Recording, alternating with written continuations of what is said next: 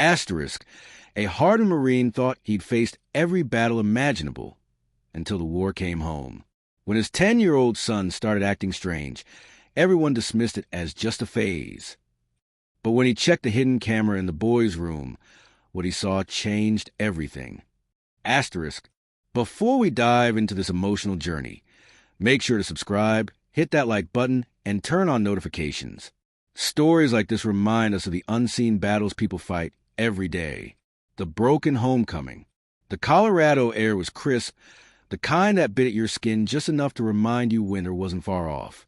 Sergeant Jake Mercer stood in the driveway of his own house like a stranger, his duffel bag slung over his shoulder. The weight of it nothing compared to the silence that greeted him. 12 months in a war zone, and yet the quiet of the suburban street in Colorado Springs unsettled him more than any firefight. The front door opened before he could reach the knob. His ex-wife, Lisa, stood there, arms crossed, her expression caught somewhere between relief and resignation. "You're early," she said. Jake nodded, eyes already scanning past her. "Where's Danny?" "Upstairs." Lisa sighed. "He's been different, Jake." Different. The words settled in his gut like a stone. Inside, the house smelled faintly of lemon cleaner and something else. Something stale like old air trapped too long. Jake dropped his bag by the couch and took the stairs 2 at a time. Danny's door was closed. He knocked once, then pushed it open without waiting. The boy sat on his bed, hunched over a notebook, pencil scratching furiously. He didn't look up. "Hey, buddy," Jake said, forcing lightness into his voice. "Missed you." Danny's pencil stilled. For a second, Jake thought he might not answer at all. Then, in a voice too quiet for a 10-year-old, he muttered, "Hey, Dad." No running hug. No bright-eyed stories about school or video games. Just those 2 words, heavy with something Jake couldn't name. Over the next few days, the distance between them grew thicker. At dinner, Danny pushed food around his plate, eyes darting to the corners of the room like he expected something to move. When Jake asked about school, the boy just shrugged. "It's fine." Lisa had brushed it off. "He's at that age." Moody. But Jake had seen fear before. In the faces of civilians caught in crossfire, in the eyes of young privates on their first deployment. This wasn't moodiness. Then came the nightmares. The first time Jake heard it, he thought Danny was having a night terror, until he crept down the hall and heard the whispering. Not his son's voice. Something lower, guttural, threading under Danny's whimpers like a second conversation. Jake threw the door open. The room fell silent. Danny sat bolt upright in bed, sweat plastering his hair to his forehead. His eyes were wide, wild. "Dad!" "Who were you talking to?" Jake demanded. Danny's throat worked. "No one." The lie sat between them, sharp as glass. The school counselor called it adjustment disorder. "Deployment's hard on kids," she said, smiling sympathetically. "He'll come around." But Jake had spent too many years trusting his instincts to ignore this. That night, while Danny was at Lisa's, he drove to an electronics store and bought a small, discreet camera, the kind that could slip into a bookshelf, invisible unless you knew where to look. He installed it while the house was empty, guilt gnawing at him. This wasn't about spying. It was about answers. The first night of footage showed nothing. Just Danny sleeping fitfully, twisting in his sheets. The second night, Jake almost dismissed a flicker of movement near the closet as a trick of the light, until he saw Danny sit up, eyes wide and unblinking, and whisper, "I told you to leave me alone." The camera's microphone didn't pick up a reply, but Danny nodded like he'd heard one. Jake's blood turned to ice. This wasn't acting out. This was something worse. The truth in shadows. Jake sat frozen in front of his laptop, the grainy night vision footage replaying in a loop. His son's face, pale and terrified, staring at someone that wasn't there. The timestamp read 2:17 a.m. The room was still, save for Danny's frantic whispers. "I told you to leave me alone." Jake's hands clenched into fists. He had faced insurgents, IEDs, the chaos of war, but this was an enemy he couldn't shoot, couldn't outmaneuver. He rewound the footage again. And again, nothing. No shadow. No figure. Just Danny, talking to empty air. Morning came too soon. Jake hadn't slept, his mind racing through possibilities. PTSD? Hallucinations? He needed to talk to Danny, but the boy had become a ghost in his own home. Quiet, distant, slipping through rooms like he was afraid to be noticed. At breakfast, Jake kept his voice steady. Danny, we need to talk about last night. The boy's fork stilled over his pancakes. He didn't look up. I saw you, Jake pressed. On the camera. You were talking to someone. Danny's breath hitched. His small hands trembled. Jake leaned in, lowering his voice. Buddy, whatever's going on, you can tell me. I won't be mad. I just need to know. For a long moment, Danny was silent. Then, in a voice so quiet Jake barely caught it, You'll think I'm crazy. Jake's chest tightened. Try me? Danny's eyes flicked to the ceiling, then back down. It's the man in my room. A chill crawled up Jake's spine. What man? The one who stands in the corner. The one who whispers. Jake forced himself to stay calm. How long has this been happening? Danny swallowed hard. Since you left. The words hit like a gut punch.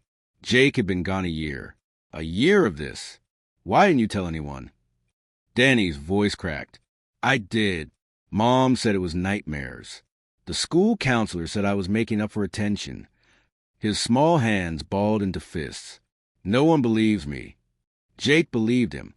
That afternoon, Jake tore through the house's history.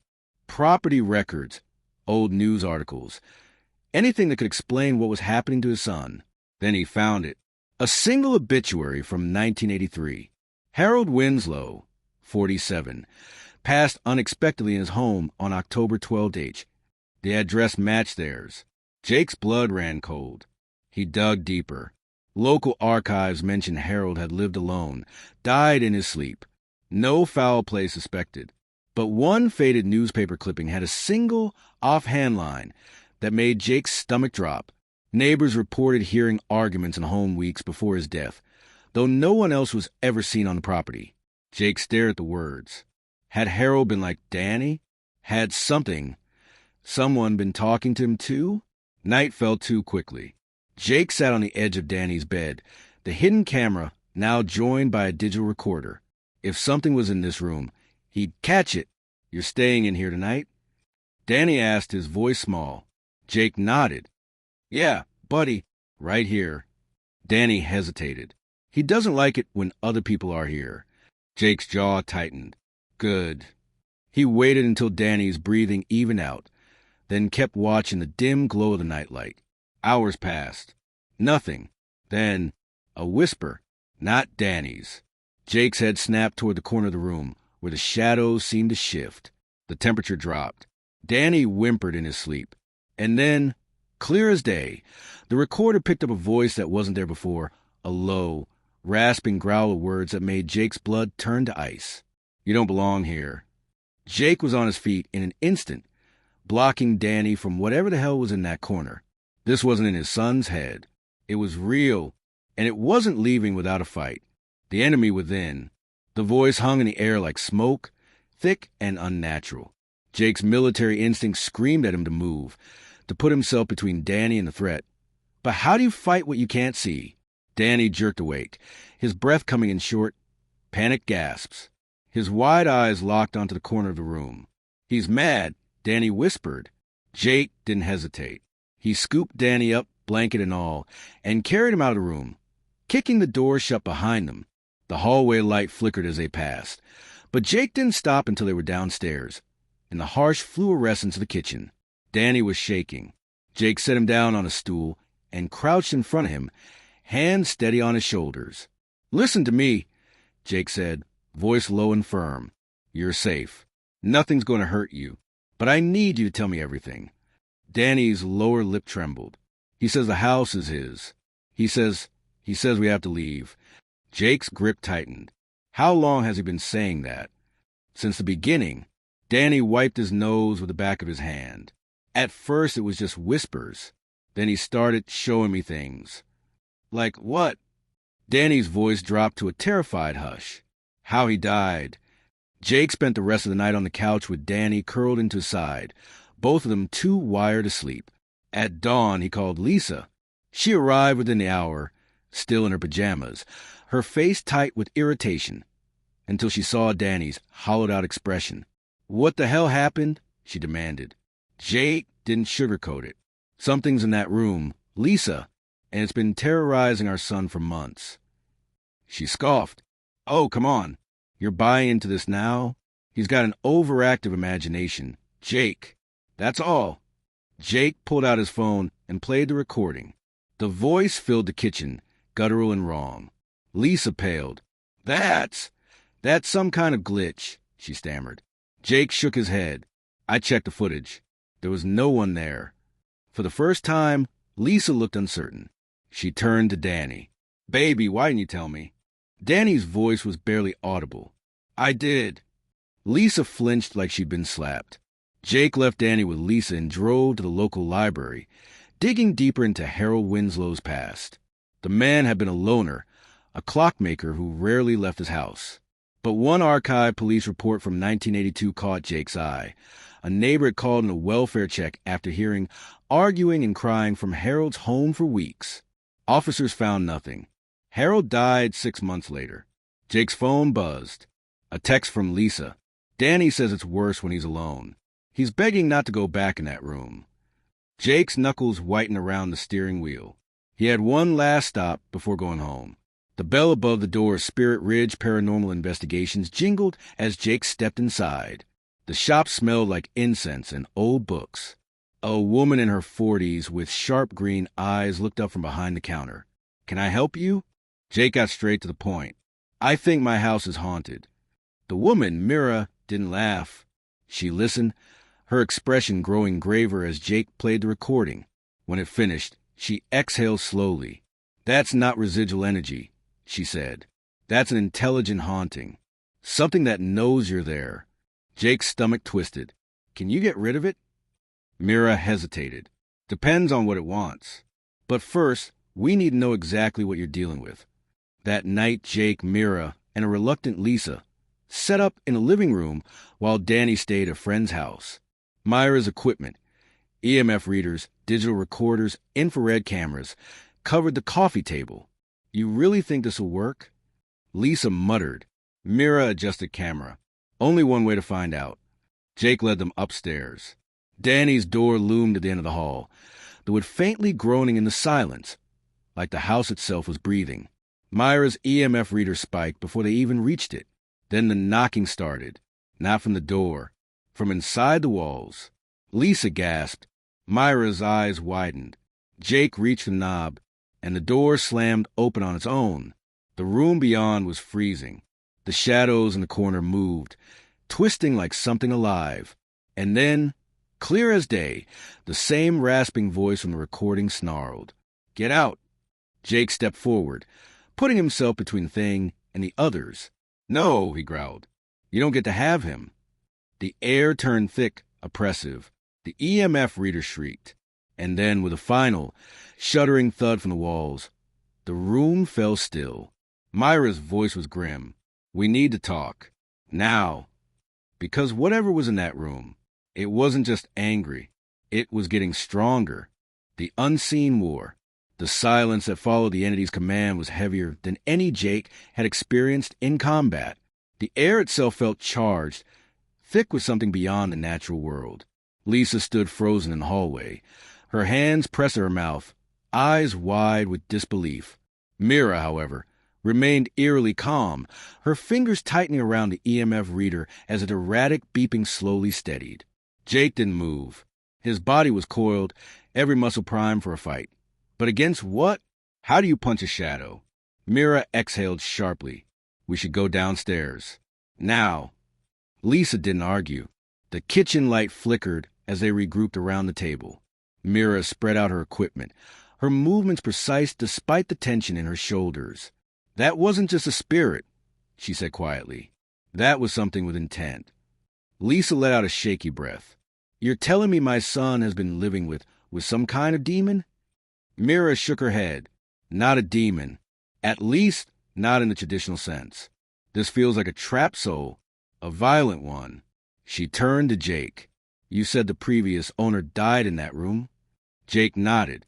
Harold Winslow died in his sleep, according to records, but there were reports of him arguing with himself before he passed. Myra's expression darkened. He wasn't arguing with himself. The implications settled over them like a suffocating blanket. Lisa buried her face in her hands. Oh my God! Jake leaned forward, his voice low. So, how do we get rid of it? Myra hesitated. First, we need to understand why it's here. Spirits don't linger without a reason. Sometimes it's trauma. Sometimes it's unfinished business. She met Jake's gaze. Sometimes it's because they like it. A chill ran down Jake's spine. Danny returned home the next morning, his small frame tense as he hovered in the doorway. Jake crouched in front of him. You're not sleeping in that room again, he said firmly. Not until this is over. Danny's shoulders sagged with relief. Is the lady gonna make it go away?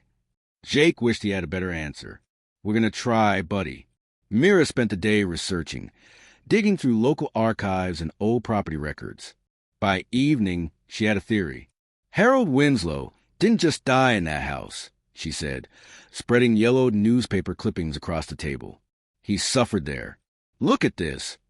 Police were called multiple times for disturbances, but they never found anyone else inside. Neighbors reported hearing him scream at empty rooms. And then, 6 months before his death, the reports just stopped. Jake frowned. Meaning? Myra's voice dropped. Meaning whatever was tormenting him won. Lisa made a small, horrified sound. Jake's hands clenched into fists. And now it's after Danny. Myra nodded grimly. That night, they set up a perimeter assault around Danny's temporary bed in the living room, a trick Myra swore would keep the entity at bay. But as the house settled into an uneasy quiet, Jake couldn't shake the feeling of being watched. He waited until Lisa and Danny were asleep before slipping back upstairs, his flashlight cutting through the darkness of the hallway. Danny's door was slightly ajar, the space beyond blacker than it had any right to be. Jake pushed it open. The room was freezing, his breath fog in the air as he stepped inside, his flashlight beam trembling slightly in his grip. Harold, he called, hating how small his voice sounded. Silence. Then, a whisper, so close it could have been right against his ear. Mine. Jake spun, but there was nothing there. The closet door creaked open on its own. Inside, scratched into wood in jagged, frantic letters, were 2 words. Help me. Jake's blood turned to ice. Because the handwriting wasn't Danny's. It was too old, too desperate. And as he stared, the scratches began to bleed, dark rivulets oozing from the grooves like fresh wounds. Jake stumbled back, his pulse roaring in his ears. This wasn't just a haunting. This was a battlefield. And if he didn't act fast, Danny would be the next casualty. The blood on the walls. The blood seeped down the closet door in slow, viscous streaks, the metallic tang sharp in the air. Jake's stomach lurched. But he didn't run. He'd seen worse in the desert, just never in his own home, never aimed at his son. He reached out, fingers hovering over the words. The blood was cold, too cold. A floorboard creaked behind him. Jake whirled around, flashlight beams slicing through the dark. Empty, but the air pressed against him, thick with malice. He backed out of the room, never turning away from the closet, and shut the door with a decisive click. His hands shook, not from fear, from rage. This thing thought it could claim his son? It had no idea who it was dealing with. Myra was awake when Jake stormed downstairs, her face illuminated by the glow of her laptop. She took one look at him and knew. It showed itself. Jake shoved his phone at her, the photo of the bleeding closet door glaring on the screen. It's not just talking anymore. Myra's breath caught. That's a manifestation. It's getting stronger. Lisa stirred on the couch, blinking sleep from her eyes. When she saw their faces, she sat up sharply. What happened? Jake showed her the photo. Lisa made a choked sound and lunged for Danny, still asleep on the makeshift bed, as if the salt circle wasn't enough. That's it. We're leaving. Tonight. Jake caught her arm. And go where? You think this thing can't follow. Lisa wrenched free. So what's your plan, Jake? Wait until it hurts him. Mira stepped between them. Leaving might not solve anything. If this entity has attached itself to Danny, distance won't matter. She turned to Jake.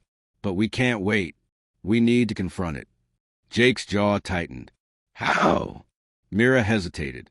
There's a ritual, a way to force it to show itself, to speak through someone. Lisa went pale. You mean possess someone? Are you insane? Mira didn't flinch. It's the fastest way to learn what it wants. Jake met her gaze. Do it. Lisa gaped at him. Jake! He's my son, too, Jake snarled. And I'm not losing him to some goddamn ghost. The house creaked, as if in answer. Danny woke to hushed arguing.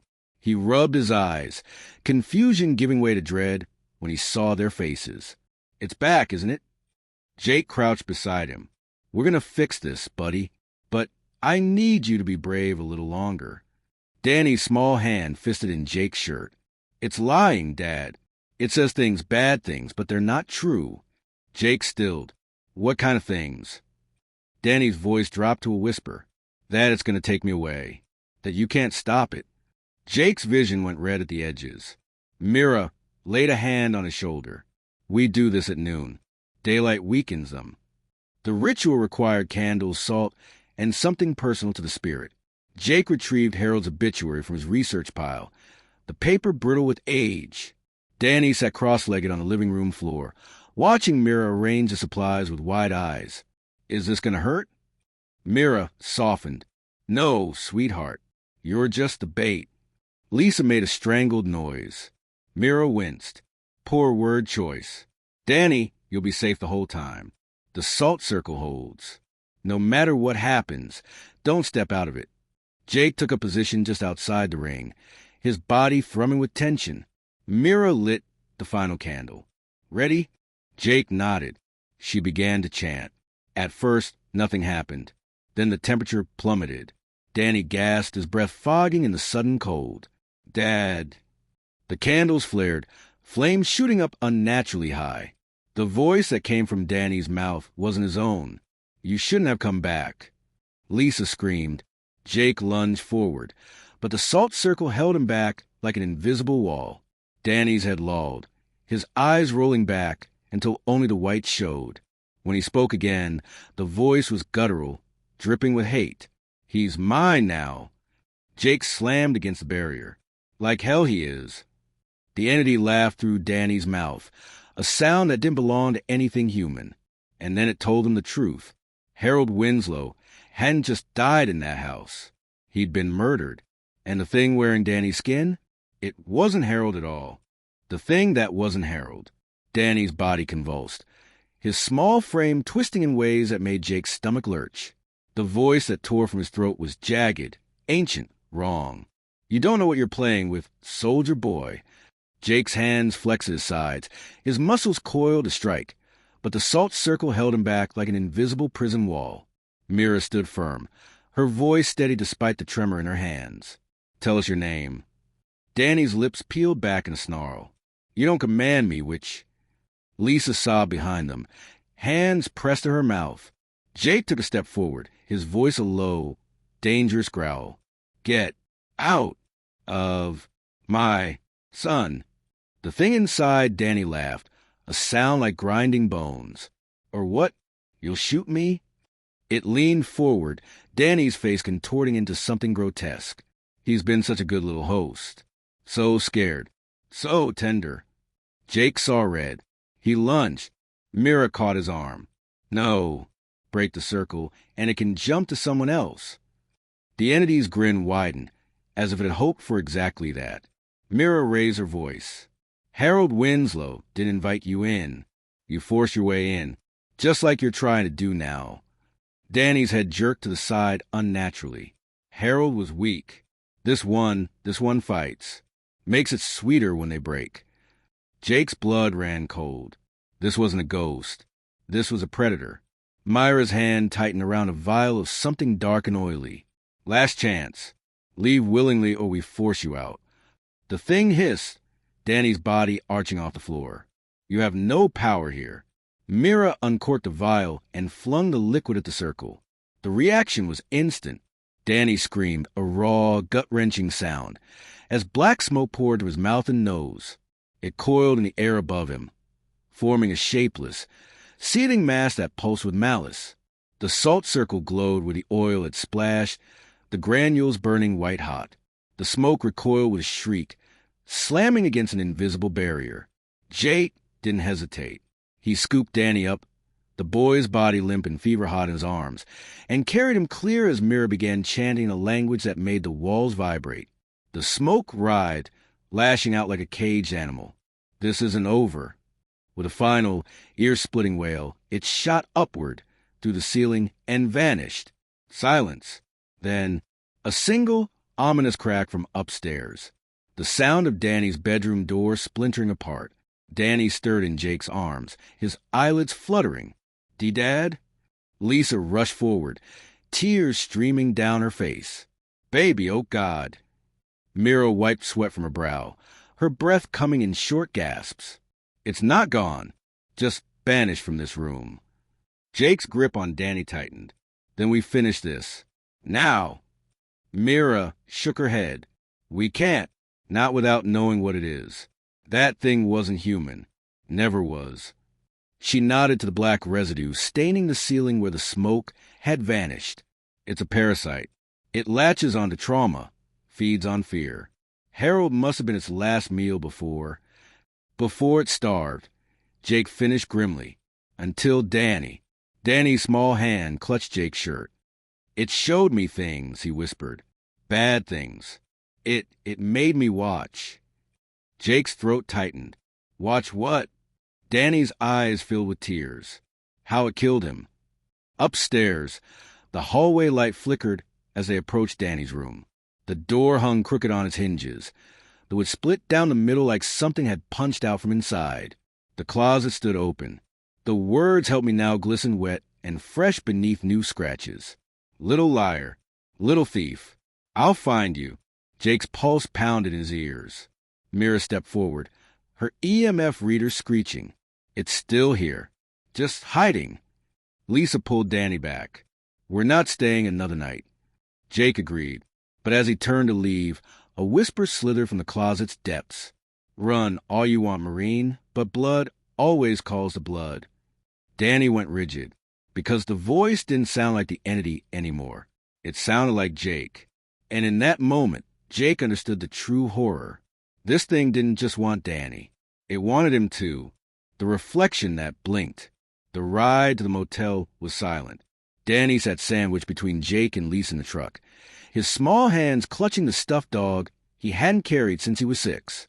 The neon vacancy sign of the Sleepy Hollow Motel buzzed in the dark, its flickering light painting Danny's face in sickly pink. Jake kept checking the rearview mirror. Not for traffic, for something else.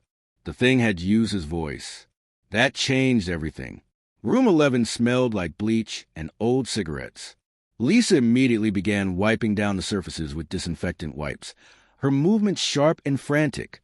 Danny sat on the edge of the bed, staring at the static on the TV screen. Jake pulled Mira aside. "It mimicked me." "What does that mean?" Myra's expression was grim. "It's learning you, studying how to get under your skin." She hesitated. "And if it can imitate you perfectly, it can trick Danny." Jake finished, ice slithering down his spine. Across the room, Danny flinched when the ice machine outside rattled. Jake knelt in front of him. "Hey, look at me." He waited until Danny's glassy eyes focused. "No matter what you hear, no matter what you see, you don't go with anyone, not even me, unless they say the code word." "Got it." Danny nodded weakly. "What's the word?" "Thunderbird." Jake said the name of his old unit. Something the entity wouldn't know. Lisa stopped scrubbing. "You really think it'll try to look like you now?" Before Jake could answer, the bathroom faucet turned on by itself. Water gushed into the sink. Danny whimpered. Jake was across the room in 2 strides, slamming the faucet off, and froze. The mirror above the sink reflected the room behind him. Danny sat on the bed, hugging his stuffed dog. Lisa stood by the dresser, Mira near the door. But in the reflection, Jake was still kneeling by the bed. His own face stared back at him from two places at once. The reflection, Jake smiled, then winked. Jake spun around. No one there. But Danny was screaming. Pointing at the mirror where the reflection of Lisa now stood with her head tilted at an impossible angle, her smile stretching too wide, too many teeth. Mira yanked the bathroom door shut. We need to leave. Now. The highway was deserted at 3 a.m. Rain began to patter against the windshield.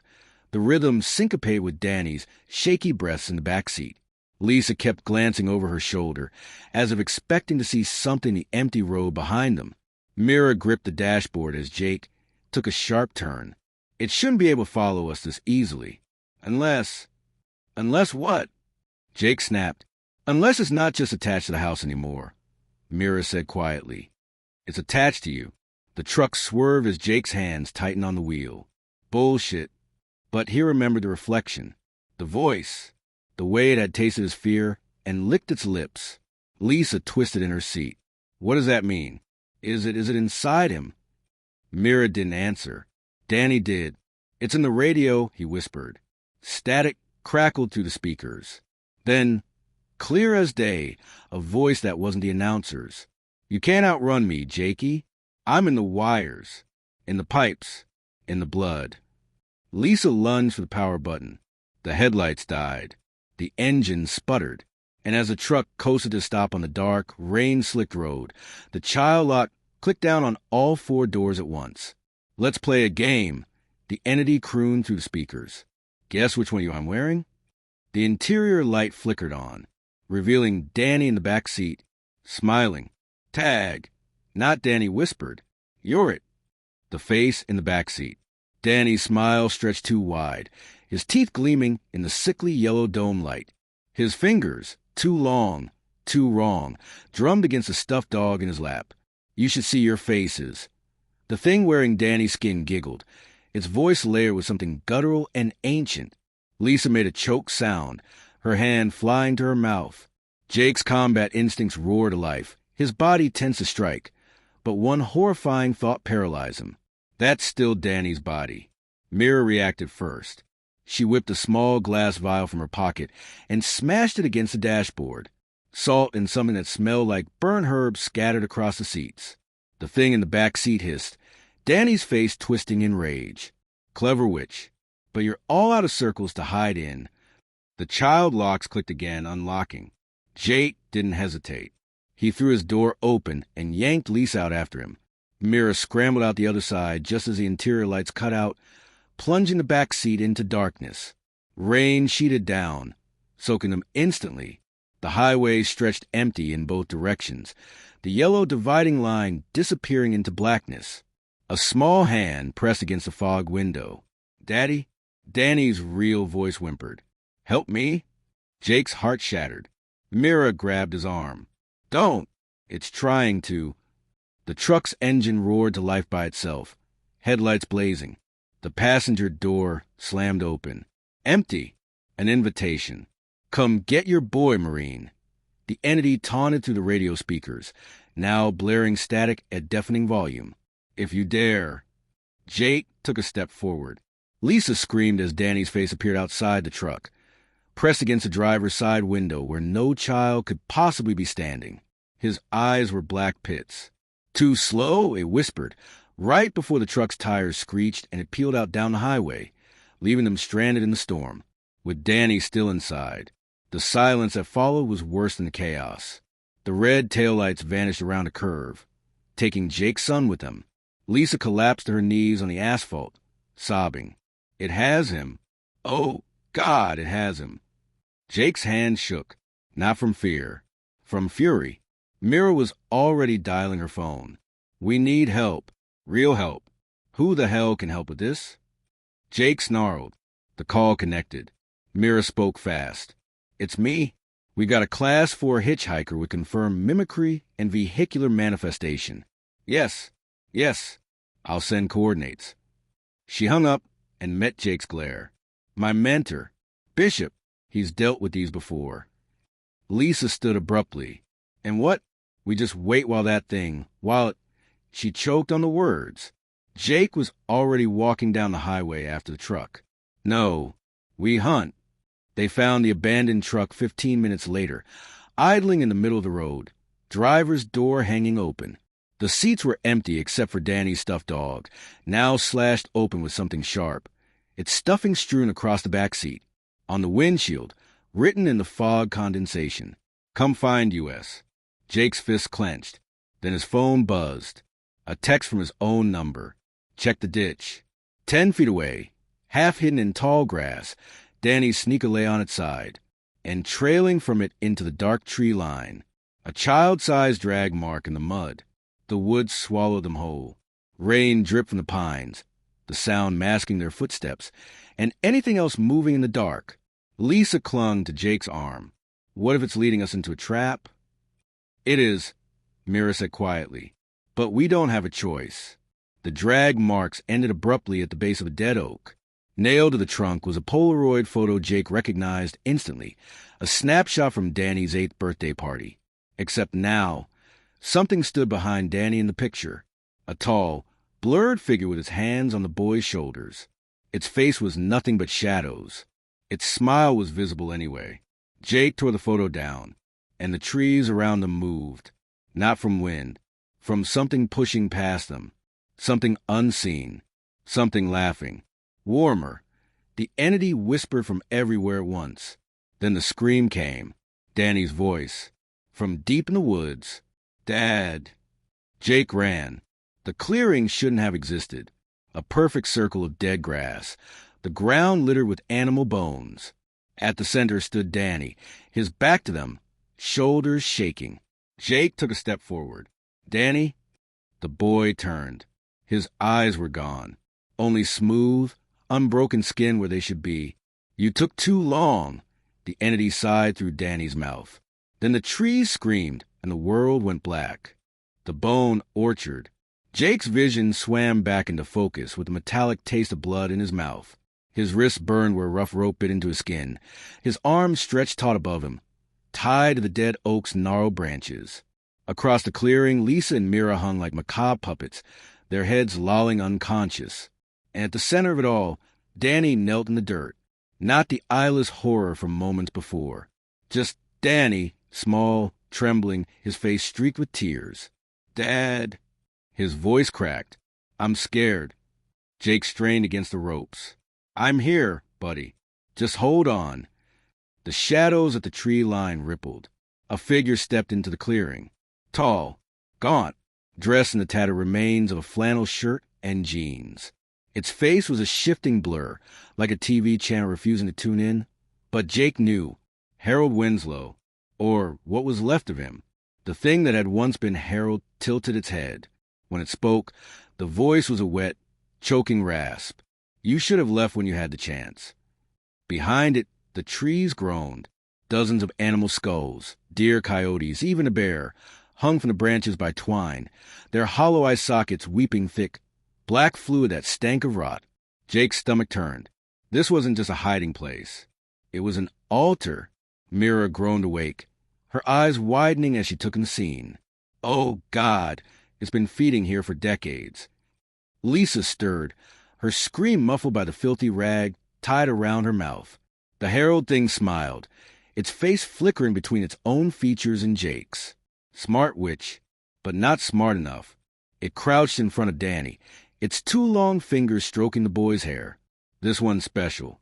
So much sweeter than the old drunk. Jake yanked at the ropes hard enough to tear skin. "Don't you touch him." The entity's head snapped toward him, its face finally settling into Jake's own. Same scar above the eyebrow. Same crooked nose from that bar fight in Kuwait. "You gave me such lovely toys," it mused in Jake's voice, tapping Danny's temple. All those warm memories. All that delicious fear. Danny whimpered. "Dad, make it stop." The thing backhanded him across the face. Lisa shrieked against her gag. Jake saw red, thrashing until blood slicked the ropes. Mira gasped. "It's not just feeding on him. It's bonding. Once it finishes." "I walk out in his skin," the entity finished cheerfully. "And you 3? Well," it gestured to the animal bones. "I do hate waste." Jake forced himself to still, to think. Combat training kicked in. Assess, adapt, overcome. The ropes were tight but frayed. The tree behind him was deadwood, brittle, and Mira was mouthing something to him, her eyes darting to her jacket pocket, her silver lighter, the one she'd used to burn sage. Jake gave the barest nod. Then he slammed his head back into the tree with all his strength. The wood cracked. The entity whirled. Mira kicked out, knocking the herald thing off balance as Jake threw his weight sideways. The weakened branch snapped, dropping to the ground with a jolt that sent white-hot pain through his shoulder. He didn't stop. Hands still bound. He rolled toward Mira, fumbling for a pocket as the entity screeched and lunged. Lisa threw herself sideways, her dangling legs catching the thing in the chest with a sickening crunch. Jake's fingers closed around the lighter. The herald thing howled, its face melting like wax.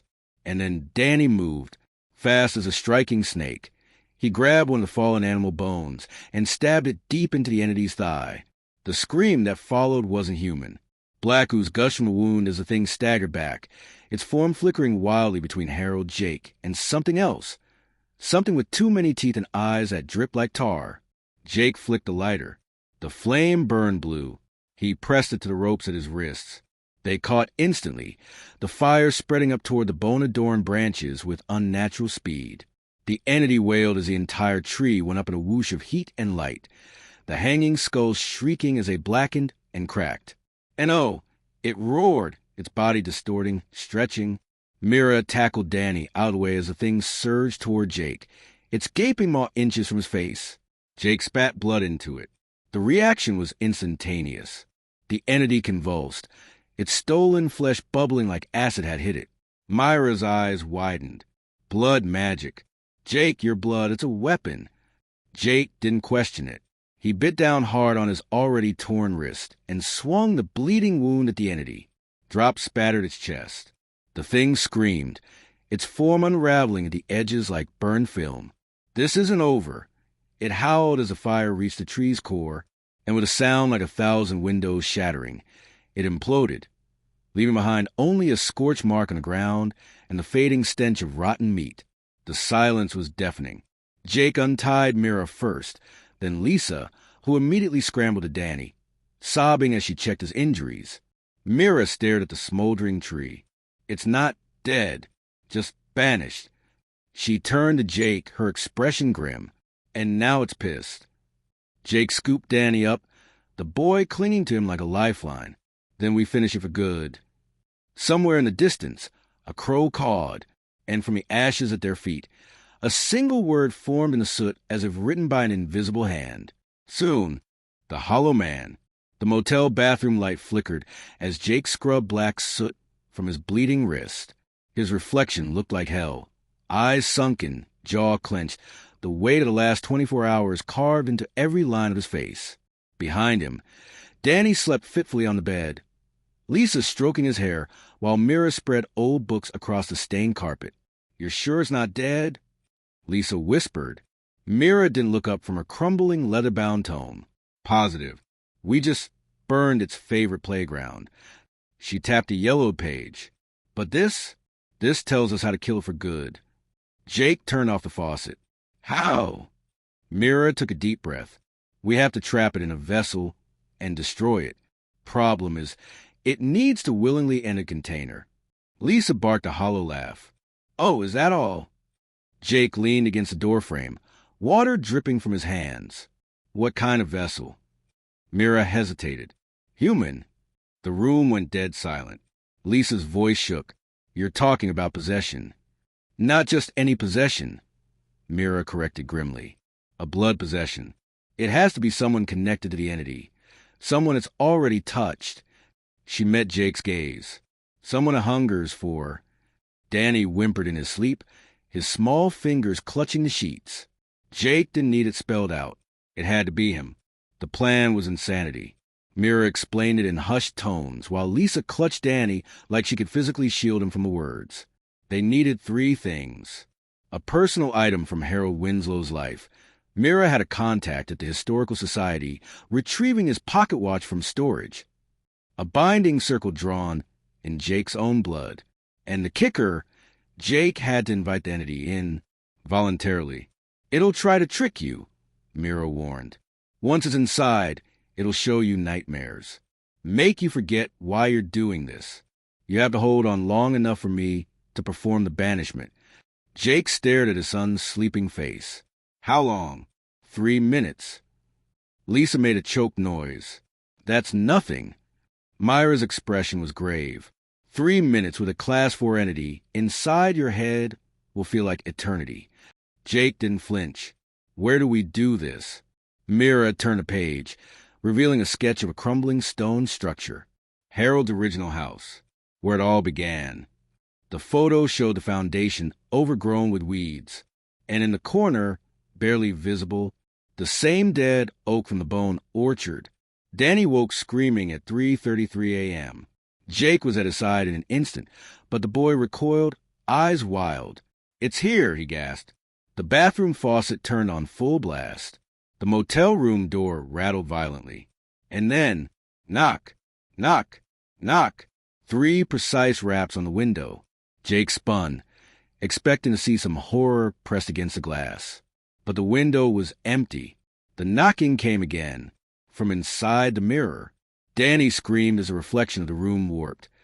The glass showing a version of the motel room covered in black mold, the bedsheet stained with old blood, and standing at the foot of the bed in the reflection, Harold Winslow, not the blurred-faced horror from the woods.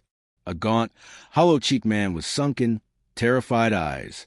His mouth moved soundlessly, hands pressed against the glass like a prisoner. Mira gasped, "Oh my God, that's the real Harold." Lisa clutched Danny tighter. "What does that mean?" "It means the entity wore him," Mira breathed. "Like it's trying to wear Danny. Like it wants to wear Jake." In the mirror, Harold's eyes filled with black tears. He mouthed 2 words. "Help me." Then the reflection shattered, glass exploding inward as something thick and black oozed from the cracks. The lights went out. The temperature plummeted. And from every shadow in the room, the entity's voice giggled. Ready or not, the invitation. The motel room plunged into absolute darkness. Danny's choked sob was the only proof he was still there, somewhere in the black, as the entity's laughter skittered across the walls like cockroaches. Jake moved on pure instinct, shoving Lisa and Danny toward where he'd last seen Mira. Stay together. Glass crunched underfoot. The stench of rotting meat flooded the room. Then, click, Myra's lighter flared to life, the tiny blue flame revealing 3 horrifying truths at once. The walls were breathing, pulsing with something wet and dark beneath the wallpaper. Harold Winslow's reflection was gone, the shattered mirror now oozing black sludge. And worst of all, the door was wide open. An invitation. "Tick-tock, Marine," the entity whispered from the hallway. Danny, so tired of waiting. A child's giggle floated through the dark, Danny's voice, but wrong twisted, before cutting off abruptly. Real Danny whimpered against Lisa's chest. "It's lying. I'm right here." Jake's pulse hammered in his throat. The entity was playing with them, testing their nerves. But he knew one thing with absolute certainty. If they stayed here, they'd die. "We move. Now." He grabbed the fire extinguisher off the wall and led the charge into the hallway, half expecting an ambush. The corridor stretched impossibly long, doors warping as if viewed through a funhouse mirror. At the far end, the exit sign glowed red. Mira gripped his arm. "It's warping space. Don't trust your eyes." Jake focused on the tactical flashlight, clipped to his belt, the one piece of gear he'd kept from his deployment. Its beam cut through the unnatural dark, revealing the carpet squirming with things that scuttled away from the light. Behind them, a door creaked open. No one turned to look. The parking lot was worse. Their truck sat where they'd left it, but the tires had melted into black puddles. The windows were fogged from the inside, where shadowy figures pressed against the glass. Myra's contact had come through. Harold's pocket watch sat on the driver's seat, delivered while they were in the woods. Jake reached for it. The truck's radio blasted static. "You can't win," the entity crooned through the speakers. "But oh, how fun it would be to watch you try." Jake snatched the watch and smashed the radio with the extinguisher. Silence. For now, Harold Winslow's house was a corpse, the foundation hunched in the overgrown lot like a dying animal, its roof cave in, the front door hanging by one hinge, the dead oak loom behind it, its branches heavy with fresh bones. Jake's flashlight beam caught something nailed to the trunk, a new Polaroid. This one showed Danny, eyes wide with terror, standing in what looked like the house's basement. Written beneath in jagged letters, "Come and get him." Lisa made a wounded noise. "That's not, he's right here." Mira examined the photo. "Illusion. It's trying to rattle us." Jake pocketed the picture. "Where do we do this?" Mira pointed to the crumbling cellar doors. "Below ground, where it's strongest." Of course. The basement smelled of damp earth and spoiled milk. Roots punched through the dirt walls, writhing slightly in Jake's peripheral vision. In the center of the room, someone had drawn a massive circle in what looked like charcoal or old blood. Mira set Harold's pocket watch at the northern point. This is where it happened, where Harold lost himself. Lisa clutched Danny's hand. "And you want Jake to repeat that?" "No." Mira met Jake's gaze. "I want him to finish it." She explained quickly. Jake would stand in the circle, recite the invitation, and let the entity in. Once it took the bait, Mira would begin the banishment ritual. "But here's the catch," she said quietly. "For 3 minutes, it'll have full access to your mind, your memories. It'll use everything you love, every fear, every regret against you." Jake stripped off his jacket. "What's the trigger word?" Mira hesitated. "Thunderbird." "But Jake, if you lose yourself in there, if you believe it's lies..." "I won't." Danny suddenly lunged forward, wrapping his arms around Jake's waist. "Don't do it," he begged, tears soaking Jake's shirt. "It'll keep you." Jake knelt, pressing their foreheads together. "Listen to me. No matter what happens, no matter what you see, you remember that I love you. That's the one thing it can't fake." Lisa pulled Danny back as Jake stepped into the circle. Mira began drawing symbols around him in salt. "Once you start, there's no turning back."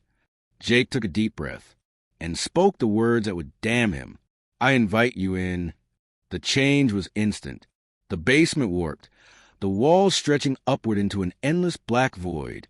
The others vanished. The circle vanished. Jake stood alone in the dark. Then, a hand on his shoulder, he turned and stared into his own face. Not a twisted mockery. Him, down to the scar on his eyebrow, the faint stubble, the faded Thunderbird tattoo on his forearm. The entity smiled with Jake's mouth. "Let's play." The war inside. The entity wearing Jake's face stepped closer, its smile stretching just a little too wide. The darkness around them shifted, dissolving into a memory. Jake's first firefight in Fallujah, the heat of the desert, the metallic stench of blood in the air. "Remember this?" the entity whispered with Jake's voice. "The day you realized you weren't invincible." A young Marine, Private Ellison, lay bleeding out in the sand, his guts spilling between his fingers as he gasped Jake's name. Jake's hands clenched. "That wasn't my fault." "Wasn't it?" The entity waved a hand, and the scene changed. Lisa's face streaked with tears as she packed her bags years ago. Danny crying in the background. "You left them first." Over and over. "Why shouldn't I take your place?" The pain was visceral, but Jake clung to one truth. None of this is real. He forced a grin. "You want me to break? You'll have to try harder than that." The entity's eyes flashed black. The void twisted again into Danny's bedroom. Danny sat on the bed, his legs swinging, perfectly healthy. "Dad? You okay?" Jake's heart ached. This was Danny before the haunting, before the shadows under his eyes. The entity as Jake knelt beside the bed, ruffling Danny's hair. "We don't need him, right, buddy? I'll never deploy. Never leave you." Danny beamed. "Promise?" "Promise." Jake's throat tightened. This was the cruelest trick yet. Everything he'd failed to be dangled in front of him. But then he noticed. No Thunderbird tattoo on the entity's arm. A flaw in the illusion. Jake seized on it. "Danny," he said sharply. Code word. The fake Danny blinked. "What?" The entity snarled, and the scene shattered like glass. Black tendrils slithered from the walls, wrapping around Jake's limbs, his throat. The entity's face melted, revealing the hollow, shifting void beneath. "Enough games," it hissed. "You're mine now." Agony lands through Jake's skull, the entity digging into his memories, his fears, his soul. But Jake had survived torture training. He knew how to compartmentalize. He focused on one image, Danny, laughing, holding up a sandcastle on a beach vacation years ago. The happiest moment he could remember. The tendrils sizzled where they touched him. The entity recoiled. "What?" Jake grinned, blood dripping from his teeth. "You said it yourself. Blood calls to blood." He grabbed the entity's wrist. "My son loves me, and that's something you can't fake." The void trembled. Somewhere far away, Myra's voice echoed. "Thunderbird." Reality slammed back into place. Jake gasped, collapsing to his knees in a basement. The entity's shriek filled the room, a sound that made the roots writhe and the dirt walls bleed. Mira stood at the edge of the circle, chanting, Harold's pocket watch glowing red-hot in her hands. Lisa clutched Danny behind her, both of them weeping. Black smoke poured from Jake's mouth, his nose, his eyes, the entity fighting to stay anchored inside him. "N.O.," it howled with Jake's voice. "You promised." Jake spat blood onto the symbols Mira had drawn, and I kept it. The pocket watch exploded. The force threw everyone backward.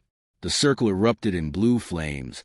The entity's scream cut abruptly short as the fire consumed it. Then silence. True silence.